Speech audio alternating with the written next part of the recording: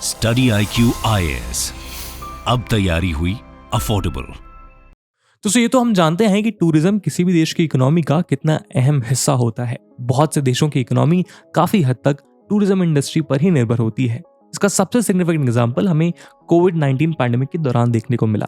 इस पैंडेमिक के दौरान जब लोग अपने घर की चार दीवारी में सिमट कर रह गए, दुनिया भर के देशों ने अपने बॉर्डर्स बंद कर लिए, टूरिज्म इंडस्ट्री पर ताले लग गए। तब न जाने कितने देश जिनकी इकोनॉमी मुख्य तौर से टूरिज्म रेवेन्यू से चलती थी, कोलैप्स होने के कगार पर आ गई। हमारे पड़ोसी देश श्रीलंका की भी कुछ ऐसी ही हालत हुई। यानी इसमें तो कोई शक नहीं कि टूरिज्म किसी भी देश की इकोनॉमिक ग्रोथ में बहुत अहम रोल प्ले करता है।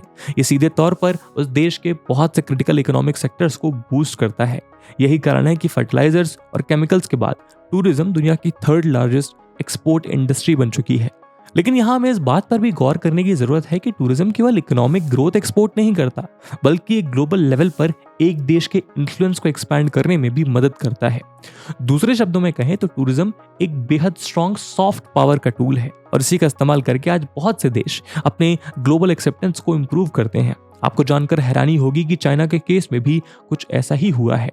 वो क्यों और कैसे, ये हम जानेंगे आज के इस वीडियो में। सबसे पहले आज हम टूरिज्म और सॉफ्ट पावर के लिंकेजेस को समझने की कोशिश करेंगे।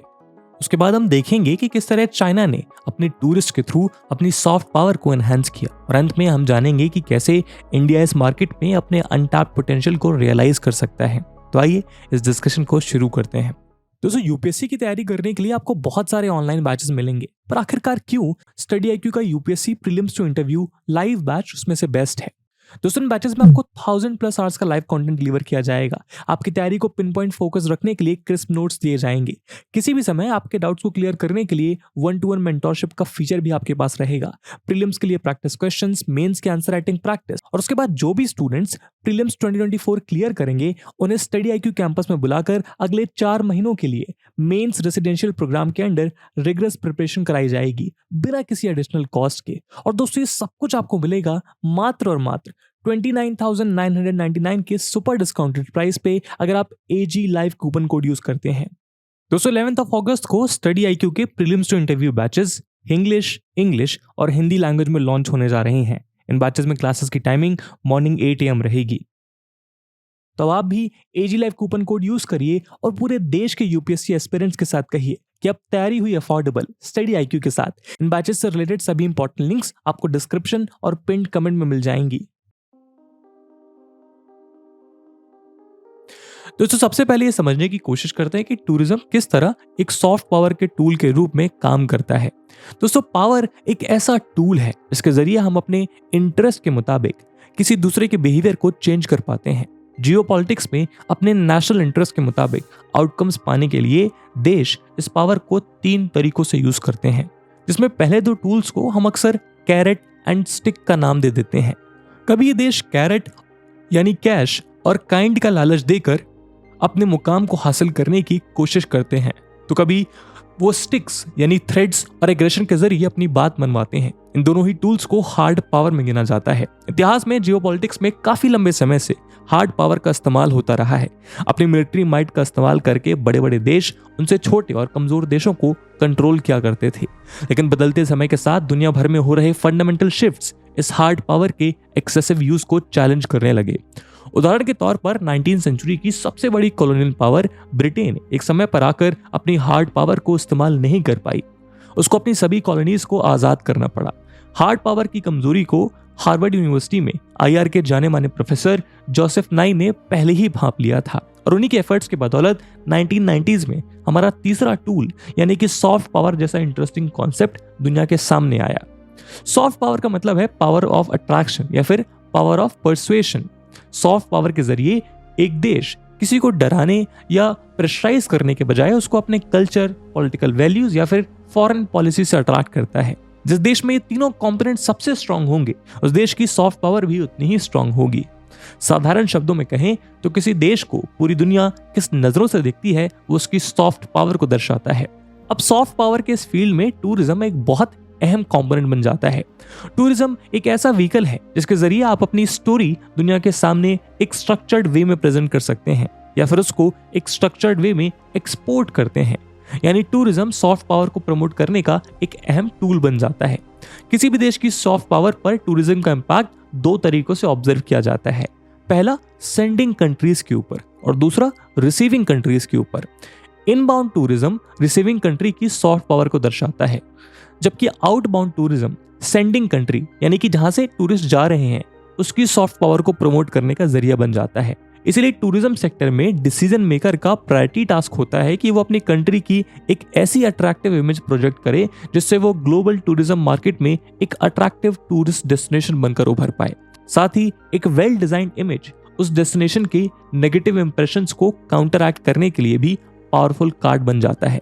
सेकेंडली, नाई की थ्योरी के मुताबिक फॉरेन पॉलिसी और कल्चरल कंजम्पशन दोनों सॉफ्ट पावर के सोर्सेज होते हैं। इसीलिए एक की टूरिज्म पॉलिसी को उनकी फॉरेन पॉलिसी में इस तरह यूज किया जाना चाहिए जिससे वो टारगेट ऑडियंस के ideas, political values, cultural values, belief और एजेंडास को इन्फ्लुएंस कर सके। उसी तरह सेंडिंग पार्टी के लिए टूरिज्म बाकी देशों के साथ गुड डिप्लोमेटिक रिलेशन परस्यू करने में उसको काफी हद तक एड करता है। टूरिज्म को सॉफ्ट पावर एक्सर्ट करने के लिए किस तरह यूज किया जाता है ये हमें इंटरनेशनल टूरिज्म कोऑपरेशन एग्रीमेंट्स में साफ तौर पर देखने को मिलता है। इन एग्रीमेंट्स के तहत कंट्रीज एक दूसरे को टेक्नोलॉजीज, एजुकेशन, इंफ्रास्ट्रक्चर, अपॉर्चुनिटीज और ओवरऑल डेवलपमेंट को प्रमोट करने में मदद करती हैं। आसान भाषा में बात करें तो टूरिज्म और सॉफ्ट पावर को 4 इंटरलिंक्ड वेज में देखा जा सकता है। पहला, टूरिस्ट एक डेस्टिनेशन की बेटर अंडरस्टैंडिंग प्रोवाइड करते हैं, जिससे लोगों के अंदर उस डेस्टिनेशन को लेकर एम्पैथी काफी बढ़ जाती है। दूसरा, टूरिज्म अथॉरिटीज दुनिया के सामने अपने देश की अट्रैक्टिव इमेज प्रेजेंट करते हैं। तीसरा, ओलंपिक्स और वर्ल्ड वाइड एक्सपोज जैसे इवेंट्स जियोपॉलिटिकल इंपैक्ट बिल्ड करने में भी सिग्निफिकेंट प्रूव होते हैं।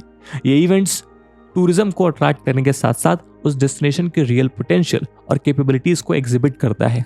और चौथा, आउटबाउंड टूरिस्ट यानी देश से जाने वाले टूरिस्ट अपने साथ अपने देश के कोर वैल्यूज और मैसेजेस को भी कैरी और प्रमोट करते हैं। इसके अलावा टूरिज्म एक सॉफ्ट पावर टूल की तरह फॉरेन एड एक्टिविटीज में भी यूज किया जाता है। उदाहरण के लिए 2004 में इंडियन ओशन में आई सुनामी और अर्थक्वेक के बाद former Chinese minister Jiao Wen ने आसियान लीडर्स की एक स्पेशल मीटिंग अटेंड की। इसमें यह तय किया गया कि जैसे ही कंडीशन नॉर्मल होती है इन डिजास्टर अफेक्टेड कंट्रीज में चाइनीज टूरिस्ट को ट्रैवल करने के लिए इनकरेज किया जाएगा। ऐसी ही सिमिलर सिचुएशन जापान में भी देखने को मिली जब 11 मार्च 2011 को उसको एक बड़े डिजास्टर का सामना करना पड़ा। दोस्तों, अभी तक हमने जिन थ्योरेटिकल कॉन्सेप्ट्स पर गौर किया उसको हम चाइना के एग्जांपल से बखूबी समझ सकते हैं। प्रेसिडेंट शी जिनपिंग के अंडर चाइना आज खुद को एक ग्लोबल एम्पायर के रूप में स्टैब्लिश करना चाहता है और अपने बॉर्डर्स के बियॉन्ड अपना स्ट्रॉन्ग इन्फ्लुएंस एक्सर्ट करना किसी भी ग्लोबल एम्पायर का एक कैरेक्टरिस्टिक फीचर होता है। पास्ट में चाइना ने दुनिया की सेकंड लार्जेस्ट इकोनॉमी होने के नाते ग्लोबल कमोडिटीज के मोस्ट इन्फ्लुएंसर बायर और कार से लेकर इलेक्ट्रॉनिक्स जैसे मैन्युफैक्चर्ड गुड्स के एक्सपोर्टर के रूप में अहम भूमिका निभाई है। लेकिन पिछले कुछ सालों में उसको अपने इस इन्फ्लुएंस को बरकरार करने का एक नया टूल हाथ लगा है और ये नया टूल है चाइना का आउटबाउंड टूरिज्म। यानी वो मिलियंस ऑफ चाइनीज जो हर साल चाइना के इन्फ्लुएंस के आर्म्स को एक्सपांड करते हैं। 1.4 बिलियन की massive population, growing middle class और लीजर टाइम की बदौलत China global tourism services market में आउटबाउंड टूरिज्म का एक बेहद सिग्निफिकेंट सोर्स बन जाता है। 2019 में कोविड-19 के आउटब्रेक से पहले चाइना 170 मिलियन ट्रिप्स और $253 बिलियन वर्थ के साथ दुनिया का लार्जेस्ट आउटबाउंड टूरिस्ट सोर्स बन चुका था। 2009 से 2019 तक चाइनीज ट्रैवलर्स की संख्या 47.7 मिलियन से बढ़कर 154.63 मिलियन तक बूस्ट कर जाती है। सीधे तौर पे ये आउटबाउंड टूरिस्ट रिसीविंग कंट्रीज के इकोनॉमिक ग्रोथ में ह्यूज अमाउंट्स में कंट्रीब्यूट करते हैं। इसके अलावा चाइनीज टूरिस्ट को खासतौर पर उनकी हाई स्पेंडिंग के लिए रिकॉग्नाइज किया जाता है। 2019 में Chinese tourist international tourism spending में 1/5 कंट्रीब्यूट कर रहे थे। आप जानकर चौंक जाएंगे कि केवल एक साल में चाइनीज टूरिस्ट ने दुनिया भर की टूरिस्ट मार्केट में $255 बिलियन स्पेंड किए, जिससे चाइना को इन डेस्टिनेशन कंट्रीज पर इनडायरेक्ट इन्फ्लुएंस मिल जाता है। इसके अलावा आज की डेट में चाइनीज पेमेंट नेटवर्क यूनियन पे के कार्ड्स 181 कंट्रीज और यूनियन पे मोबाइल पेमेंट लगभग इससे आधी कंट्रीज में एक्सेप्ट किया जाता है। यानी यूनियन पे कार्ड्स या सिंपली मोबाइल फोन्स कैरी करने वाले चाइनीज टूरिस्ट और ओवरसीज सिटीजन्स दुनिया भर में इस कन्वीनियंट पेमेंट सर्विस का लाभ उठा रहे हैं। ये पेमेंट सर्विस चाइनीज टूरिज्म को प्रमोट करने के साथ साथ चाइनीज करेंसी रेनमिनबी के इंटरनेशनलाइजेशन को भी पुश कर रहा है। लेकिन चाइना के ऑटोक्रेटिव इकोनॉमिक और फाइनेंशियल सिस्टम के अंतर्गत रेनबिनबी का इंटरनेशनलाइजेशन ग्लोबल कम्युनिटी के लिए नए चैलेंजेस लेकर आता है। आपको बता दें कि मॉडर्न चाइनीज ओवरसीज टूरिस्ट का जन्म असल में अर्ली 1980s में हुआ। 1980s में चाइनीज प्रेसिडेंट डेंग जाओपिंग द्वारा लाए गए इकोनॉमिक रिफॉर्म्स के दौरान चाइनीज गवर्नमेंट ने ट्रैवल रिस्ट्रिक्शंस को भी ईज आउट करने की प्रक्रिया शुरू की। हालांकि शुरुआत में इन टूरिस्ट की डेस्टिनेशन हांगकांग और साउथ ईस्ट एशिया जैसी लार्ज एथनिक चाइनीज पॉपुलेशन वाली टेरिटरीज तक लिमिटेड थी। जाहिर है कि इसका मकसद प्योरली पॉलिटिकल था। Chinese government in long neglected communities के साथ अपने रिलेशंस रीस्टैब्लिश करना चाहती थी। लेकिन फिर जैसे जैसे मिड 1990s में लोगों की इनकम बढ़ी, ओवरसीज इनकम की डिमांड तेजी से बढ़ने लगी, जिसके चलते उनकी गवर्नमेंट को ट्रैवल रिस्ट्रिक्शंस ईज आउट करने ही पड़े। लेकिन अब भी अपना कंट्रोल मेंटेन करने के लिए चाइनीज गवर्नमेंट ने अप्रूव्ड डेस्टिनेशन सिस्टम एस्टैब्लिश किया, जिसके तहत चाइनीज एजेंसी केवल लिस्टेड कंट्रीज में ही ग्रुप टूर्स ऑर्गेनाइज किया करती थी और उसके बदले इस लिस्ट की अप्रूव्ड कंट्रीज अपने आप को चाइना में एक अट्रैक्टिव डेस्टिनेशन के रूप में प्रमोट किया करती थी। एडीएस सिस्टम एक ऐसी कंट्री के लिए बहुत इफेक्टिव साबित हुआ जहां के इनएक्सपीरियंस ट्रैवलर्स पूरी दुनिया एक्सप्लोर करना चाहते थे और केवल एक ही जनरेशन के अंतराल में चाइना इनएक्सपीरियंस ट्रैवलर्स की कंट्री से वर्ल्ड की लार्जेस्ट आउटबाउंड टूरिज्म मार्केट बन गई। 2018 में चाइनीज सिटीजन्स ने total 150 million international trips enjoy की। इस सिस्टम ने चाइना के लिए ही नहीं बल्कि डेस्टिनेशन कंट्रीज के लिए भी एक अहम रोल अदा किया। एक स्टडी के मुताबिक शुरुआती 3 साल में एडीएस स्टेटस एक देश में चाइनीज अराइवल्स को 50% से ज्यादा बढ़ा देता था। ऐसे में न्यूजीलैंड जैसी टूरिज्म डिपेंडेंट इकोनॉमी जिसका 6% ऑफ जीडीपी टूरिज्म से आता है, वहां चाइनीज सिटीजन्स इनबाउंड टूरिस्ट का सेकंड लार्जेस्ट ग्रुप बन गए, जो उसकी इकोनॉमी के लिए बेहद एसेंशियल प्रूव होने लगा। चाइनीज गवर्नमेंट ने भी इस सिस्टम को अपने फेवर में हर तरह से यूटिलाइज किया। अब जैसे कि 2001 में चाइना ने टर्की को एडीएस स्टेटस तो ग्रांट किया, लेकिन उसके बदले उसने एक डीकमीशन्ड चाइनीज ओन्ड एयरक्राफ्ट कैरियर को टर्की के वाटरवे से पास करने की परमिशन ऑब्टेन की। जबकि 2017 में जब साउथ कोरिया में अपने यहाँ यूएस मिसाइल शील्ड को अलाउ किया तो चाइना ने अपने आउटबाउंड टूरिस्ट ग्रुप को कोरिया जाने से रेस्ट्रिक्ट कर दिया। इस सस्पेंशन मात्र से सऊदी अरेबिया की टूरिज्म इंडस्ट्री को एक साल में लगभग $7 बिलियन का घाटा हुआ। उसी तरह पलाऊ नाम के एक छोटे से साउथ पैसिफिक आइलैंड नेशन की टूरिस्ट इकोनॉमी तब कोलैप्स हो गई जब चाइना ने यहाँ अपने आउटबाउंड टूरिस्ट को बैन कर दिया। चाइना पलाऊ के टूरिज्म में 45% कंट्रीब्यूट करता था।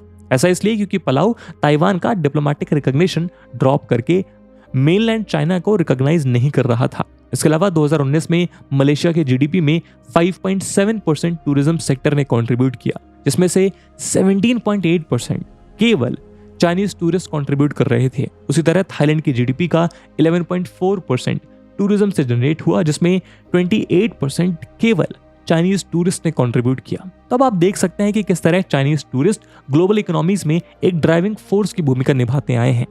लेकिन जैसे जैसे चाइनीज टूरिस्ट वेल्दियर, सोफिस्टिकेटेड और ज्यादा कॉन्फिडेंट होते जा रहे हैं, टूरिज्म को इकोनॉमिक वेपन की तरह यूज करने के चांसेस भी काफी डिम होते गए। गवर्नमेंट अप्रूव्ड ग्रुप टूर्स की लॉन्ग टाइम प्रेफरेंस के बजाय लोग अब इंडिपेंडेंट ट्रैवल को प्रेफर करने लगे। 2013 में चाइनीज आउटबाउंड ट्रैवल का केवल 37% इंडिपेंडेंट था, जो कि 2018 तक आते आते 50% हो गया। कुछ रीजन्स में ये 50 को भी क्रॉस कर गया। उदाहरण के लिए ऑस्ट्रेलिया में ये 58% और यूएस में 78% तक पहुंचा। इसके अलावा एडीएस बैन के बावजूद भी millions of independent tourist south Korea जाते रहे। तो कुल मिलाकर चाइना की यंगर, रिचर और मोर एजुकेटेड जनरेशन अपनी कंज्यूमर चॉइसेस में काफी इंडिपेंडेंट डिसीजन लेने लगी। लेकिन इस सब के बावजूद इस डिसीजन से आप ये अंदाजा लगा सकते हैं कि चाइना किस तरह इस न्यू टूल के जरिए अपनी सॉफ्ट पावर इम्पेरेटिव्स को पूरा करने की कोशिश करता आ रहा है। लेकिन चाइना के अप्रोच में कहीं ना कहीं डोमिनेशन और अपना एक्सेसिव इन्फ्लुएंस एक्सरसाइज करने की हिडन विल साफ नजर आती है, जो कहीं ना कहीं डेस्टिनेशन कंट्रीज को इस ट्रेंड के प्रति अलर्ट रहने के लिए मजबूर कर देती है। अब सवाल ये उठता है कि क्या भारत अगला चाइना बन सकता है टूरिस्ट के मामले में?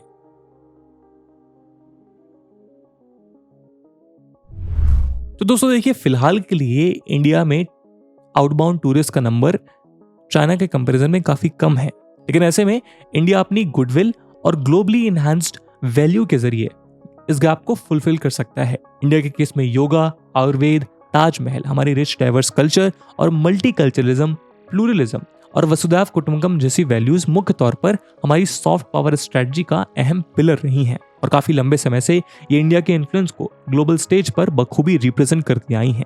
लेकिन इसके अलावा हमारे सामने रिलीजियस टूरिज्म जैसे कुछ ऐसे ऑप्शंस भी मौजूद हैं जिनके पोटेंशियल कभी भी पूरी तरह से रियलाइज नहीं किए गए हैं। उदाहरण के तौर पर साउथ ईस्ट एशिया एक ऐसा रीजन है जहां Chinese soft power cultural similarity के कारण हमेशा से एक डोमिनेंस एंजॉय करता आया है। ये रीजन हमेशा से इन चाइनीज टूरिस्ट के फेवर डेस्टिनेशन स्पॉट्स में से काउंट किया जाता है। लेकिन कोविड-19 पैंडेमिक द्वारा इम्पोज्ड लॉकडाउन के बाद इस ट्रेंड में एक शार्प डिक्लाइन देखने को मिला है। पॉपुलर ओपिनियन के मुताबिक पैंडेमिक के बाद इन डिक्लाइनिंग ट्रेंड्स के रिवर्स होने की पूरी संभावना थी, लेकिन रियलिटी में ऐसा हुआ नहीं। 2021 में चाइनीज टूरिस्ट की संख्या 8.5 मिलियन के साथ 2000 के लेवल पर जा गिरी। खासतौर पर साउथ ईस्ट एशिया में ये फिगर एकदम नेग्लिजिबल लेवल्स पर पहुंच गई। 2019 में मलेशिया में 3.1 मिलियन चाइनीज टूरिस्ट का आगमन हुआ, लेकिन 2021 में यहाँ चाइनीज टूरिस्ट की संख्या कुल 7,701 पर रह गई। उसी तरह थाईलैंड में 2019 में 11 मिलियन चाइनीज टूरिस्ट पहुंचे थे। वहां 2021 में मुश्किल से 13,043 चाइनीज टूरिस्ट ऑब्जर्व किए गए। इस कैटास्ट्रॉफिक चेंज के बहुत से कारण हैं। इसमें सबसे प्रोमिनेंट है चाइना की डिक्लाइनिंग इकोनॉमिक ग्रोथ। इसके अलावा पैंडेमिक के बाद चाइना का इकोनॉमिक डाउनटर्न कंज्यूमर्स को कॉशियस कर रहा है। इसके अलावा यहाँ कुछ डीपर स्ट्रक्चरल इश्यूज भी फोरफ्रंट पर इमर्ज हो रहे हैं। जैसे कि हमने भी डिस्कस किया, चाइना की नई जनरेशन उन ग्रुप ट्रैवल एक्सपीरियंसेस में इंटरेस्ट नहीं है जो एक समय पर चाइनीज हॉलीडेज को डोमिनेट किया करते थे। पेरेंट्स के साथ ओवरसीज हॉलीडेज अब चाइनीज टूरिज्म का प्रोमिनेंट फीचर नहीं रह गया। इसके अलावा आज चाइनीज सिटीजन्स अपनी लग्जरी स्पेंडिंग के लिए डोमेस्टिक मार्केट को प्रेफर कर रहे हैं। 2019 में चाइनीज टूरिस्ट ने ग्लोबल लग्जरी मार्केट में 35% कंट्रीब्यूट किया था। इसमें कुल 11% चाइना के अंदर ही स्पेंड किया गया। चाइनीज मार्केट में हाई टैक्सेस के कारण लोग बैंकॉक या कुआलालंपुर के ड्यूटी फ्री लग्जरी बुटीक्स को प्रेफर किया करते थे। लेकिन जब से चाइनीज गवर्नमेंट ने चाइना में ड्यूटी फ्री लग्जरी शॉप्स को इनिशिएट किया है, चाइना में लग्जरी सेल्स बहुत तेजी से पीक कर रही हैं। इसके अलावा चाइना के ओवरसीज पॉलिटिकल टेंशंस भी टूरिज्म इंडस्ट्री पर एक नेगेटिव इंपैक्ट डाल रहे हैं। साउथ चाइना सी या इंडो पैसिफिक रीजन्स में बढ़ती पॉलिटिकल टेंशन इस ड्यूटी पर इंस्टेंट इंपैक्ट थ्रो करती है। ऐसे में टूरिज्म डिपेंडेंट इकोनॉमीज के लिए केवल चाइनीज टूरिस्ट पर रिलाई करना हमेशा से ही एक बड़ा रिस्क फैक्टर रहा है। पास में भी ऐसे बहुत से इंसिडेंट्स देखे गए, लेकिन आज जब ये ट्रेंड क्लियर हो गए हैं तो साउथ ईस्ट एशिया जैसी मार्केट्स को चाहिए कि वो अपने टूरिस्ट सोर्सेज को चाइना के बियॉन्ड एक्सपैंड करें। अपनी growing middle class, expanding airline industry और बूमिंग इकोनॉमी के साथ भारत चाइना की बेस्ट ऑल्टरनेटिव बनने का पोटेंशियल रखता है। हाल ही में एशियन डेवलपमेंट बैंक के प्रेसिडेंट ने कहा था, आउटबाउंड टूरिज्म के रिस्पेक्ट में इंडिया नेक्स्ट चाइना बन सकता है, और ये ट्रेंड ऑलरेडी कंसोलिडेट होता नजर आ रहा है। उदाहरण के लिए इस साल मई में सिंगापुर में इंडियन टूरिस्ट की संख्या ने चाइनीज टूरिस्ट को पीछे छोड़ दिया। सिमिलर ट्रेंड दुनिया के बाकी रीजन्स में भी डेवलप होते नजर आ रहे हैं। इसके अलावा भारत की सॉफ्ट पावर भी साउथ ईस्ट एशिया के साथ बखूबी रेजोनेट करती है। इंडिया और South East Asia 2 millennia old civilization contact के साथ अपने रिलीजन और कल्चर में काफी कॉम्प्लीमेंटैरिटी शेयर करते हैं। ये इनकी लैंग्वेज, लाइफस्टाइल, फूड, आर्ट और आर्किटेक्चर में साफ तौर पर ऑब्जर्व किया जा सकता है। साउथ ईस्ट एशिया में बुद्धिज्म का इन्फ्लुएंस हमेशा से ही इन दोनों के शेयर्ड कल्चर का बहुत सिग्निफिकेंट एस्पेक्ट रहा है।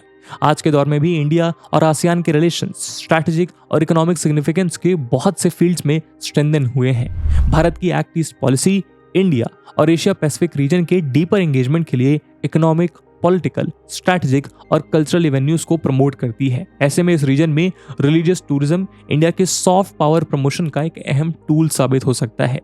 इस कॉन्टेक्स्ट में इंडिया के नॉर्थ ईस्ट रीजन पर स्पेशल फोकस इस रीजन के डेवलपमेंट और कनेक्टिविटी के लिए भी वरदान साबित हो सकता है। यह आपको बता दें कि भले ही बुद्धिज्म का जन्म इंडिया में हुआ हो, लेकिन वर्ल्ड की 97% बुद्धिस्ट पॉपुलेशन ईस्ट और साउथ ईस्ट एशिया में रहती है। ऐसे में भारत के नॉर्थ ईस्ट रीजन में मौजूद famous Buddhist monasteries Buddhist pilgrims को अट्रैक्ट करने का मेजर सोर्स बन सकता है।